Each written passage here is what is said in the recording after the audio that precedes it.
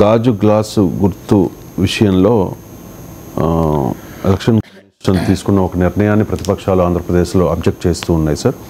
16 assembly అలాగే 3 MP స్థానాల్లో స్వతంత్ర అభ్యర్థులకు గాజు గ్లాసు గుర్తును కేటాయించారు సార్. ఇది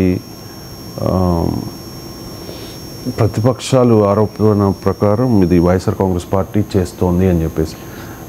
యాజ్ పర్ మై నాలెడ్జ్ ఇది central election commission Jaganmohan Reddy decide అయ్యాడు, ఆంధ్రప్రదేశ్ రాష్ట్ర చీఫ్ సెక్రటరీ డిసైడ్ అయ్యాడు. ఎలక్షన్ సింబల్ ఆంధ్రప్రదేశ్ రాష్ట్ర డీజీపీ సెలెక్ట్ చేయడు ఇవ్వడు. ఆ మాటకొస్తే ఆంధ్రప్రదేశ్లో ఉన్న చీఫ్ ఎలక్టోరల్ ఆఫీసర్ కూడా డిసైడ్ అయ్యాడు. Chief electoral officer is not an election commissioner. చాలామంది తెలియదు, రాష్ట్రంలో ఉండే చీఫ్ ఎలక్టోరల్ ఆఫీసర్ ఇది ఓన్లీ ఎ లయేజన్, ఎన్నికల కమిషన్కు ఒక లయేజన్ అధికారి. అందువల్ల సింబల్స్ అనేది ఎన్నికల కమిషన్ చేతిలో ఉంటుంది.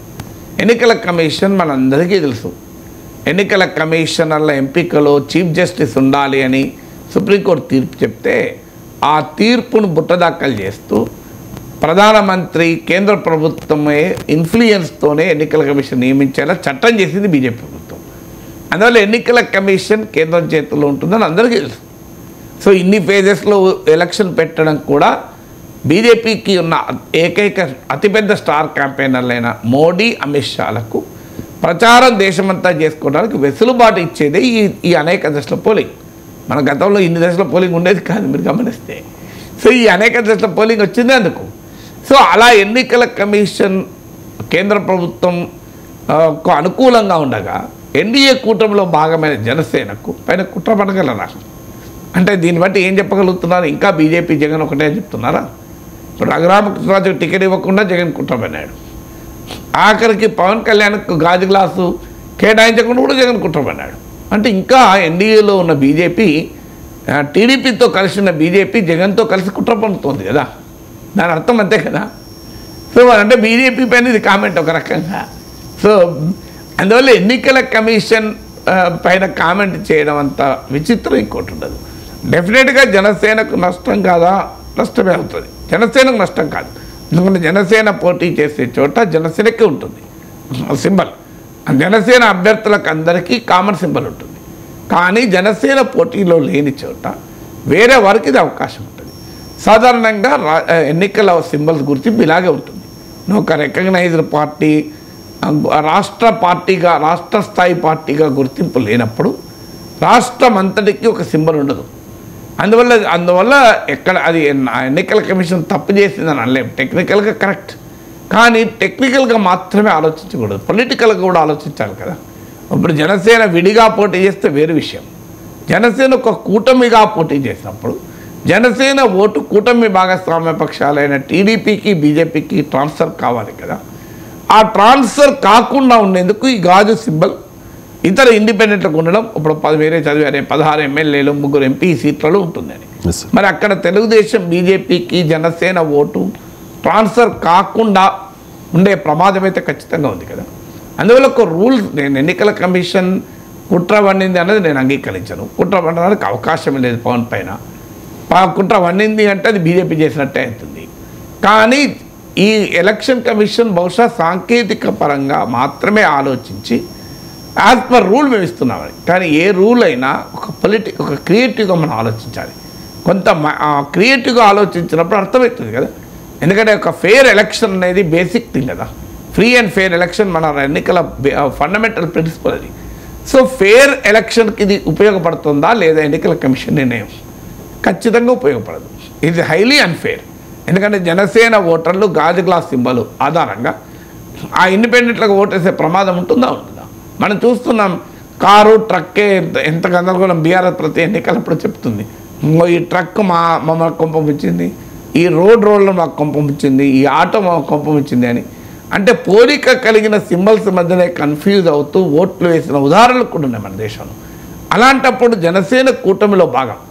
సాంకేతికంగా ఎన్నికల కమిషన్ ఏం చూసింది? జనసేన ఎక్కడ పోటీ చేస్తుంది, అక్కడ పోటీ చేసిన చోట జనసేనకు ఆ సింబల్ ఇస్తాం. కానీ జనసేన 170 సీట్లో పోటీ చేస్తుంది. జనసేన తన అసెంబ్లీ సీట్లలోమో ప్రత్యక్షంగా పోటీ చేస్తుంది, మిగతా సీట్లలో పరోక్షంగా పోటీ చేస్తుంది. అందువల్ల జనసేన కేవలం 21 అసెంబ్లీ సీట్లకే పోటీ చేస్తుంది అని భావించి అక్కడి వరకు మాత్రమే గాజు గ్లాస్ సింబల్ ఫ్రీజ్ చేసి మిగతా సీట్లలో వదిలేశారు. కానీ కూటమిగా ఏర్పడినప్పుడు జనసేన ఒక్క 21 సీట్లో పోటీ చేయడం లేదు, 175 సీట్లో జనసేన పోటీ చేసినట్లే. అందువల్ల ఏ రాజకీయపరమైన ఆలోచన చేసినా 175 సీట్లలో కూడా గాజు గ్లాస్ సింబల్ ఫ్రీజ్ కావాల్సిందే. అది ఎన్నికల కమిషన్ కూటమి ప్రీపోల్ ఎలక్టోరల్ అలయన్స్ను గుర్తించాలి కదా. ప్రీపోల్ ఎలక్టోరల్ అలయన్స్ను గుర్తించి దానికి తగినట్టుగా సింబల్స్ కేటాయింపు కూడా జరగాలి. కానీ ఇక్కడ కోఇన్సిడెన్స్ ఏంటంటే సార్, 175 నియోజకవర్గాల్లో కూడా స్వతంత్ర అభ్యర్థులు చాలామంది నామినేషన్ వేశారు. టీడీపీ అధినేత చంద్రబాబు నాయుడు పోటీ చేస్తున్న కుప్పంలో, అలాగే మంగళగిరిలో నవతరం పార్టీ తరపున అక్కడ ఒక అభ్యర్థికి గాజు గ్లాస్ కేటాయించారు. నారా లోకేష్ అక్కడ పోటీ చేస్తూ ఉన్నారు. కింజరాపు అచ్చెన్నాయుడు టీడీపీ రాష్ట్ర అధ్యక్షుడు, ఇంకా తెలుగుదేశం పార్టీ బలంగా ఉన్న కొన్ని నియోజకవర్గాలు ఉన్నాయి సార్. ఆ నియోజకవర్గాల్లో ఇక్కడ అభ్యర్థులకు కేటాయించారు. ఇది ఇంటెన్షనల్గా చేశారు అని చెప్పి వాళ్ళు చెప్తున్నారు. ఇంటెన్షనల్గా ఎన్నికల కమిషన్ చేస్తుందా అనేది క్వశ్చన్. చేస్తే ఎవరైనా ఇన్ఫ్లుయెన్స్ చేసి ఉండవచ్చు. అంటే ఎన్నికల కమిషన్ ఎవరు ఇన్ఫ్లుయెన్స్ చేయాలి? బీజేపీ పైన ఎవరు ఇన్ఫ్లుయెన్స్ చేయాలి? చంద్రబాబు నాయుడు చేస్తారా, జగన్ చేస్తారా? అంటే మీరు చెప్తున్నది ఏంటి? దీన్ని బట్టి బీజేపీ పైన ఇన్ఫ్లుయెన్స్ ఇంకా జగనే చేస్తున్నాడని చెప్తున్నారు కదా. సో అందువల్ల ఎన్నికల కమిషన్ ఇన్ఫ్లుయెన్స్ చేయగలిగే బీజేపీని మించిన పొలిటికల్ పార్టీ ఏది ఉంటుందండి ఈ దేశంలో? సో అక్కడ అది కాదు. ఇక్కడ ఇంటెన్షనల్గా మీరు అన్నది కోఇన్సిడెన్స్ అని అనుకోను. ఎందుకంటే చంద్రబాబు నాయుడు, పవన్ కళ్యాణ్, అచ్చెన్నాయుడు మిర్చి లెక్కల ప్రకారం ఈ సీట్లన్నింటిలో కీలకమైన సీట్లు కదా. ఎప్పుడైతే ఎన్నికల కమిషన్ కూటమిని గుర్తించక 175 సీట్లలో గాజు గ్లాస్ సింబల్ను ఫ్రీజ్ చేయక పవన్ కళ్యాణ్ నాయకత్వం జనసేన మాత్రమే పోటీ చేసే సీట్లనే గుర్తించి అక్కడ గాజు గ్లాస్ సింబల్ ఫ్రీజ్ చేసింది, ఆటోమేటిక్గా మిగతా సీట్లలో ఇండిపెండెంట్లకు అవకాశం వచ్చింది. అవకాశం వచ్చినప్పుడు ఆ ఇండిపెండెంట్ల ద్వారా గాజు గ్లాస్ తీసుకునేలా ఇన్ఫ్లుయెన్స్ చేయండి, నేను ఒప్పుకుంటాను. ఎందుకంటే అది ముఖ్యమైన సీట్లు కనుక, వ్యూహాత్మక సీట్లు కనుక. సో అక్కడ ఎవరో ఒకరు ఇండిపెండెంట్ గాజు గ్లాస్ తీసుకునేలా ఇట్ మైట్ బి దాని వెనకాల ఒక ప్రయత్నం జరిగి ఉండొచ్చు. ఎందుకంటే ప్రత్యర్థులు ఎందుకు కూరుకుంటారు అవకాశాన్ని.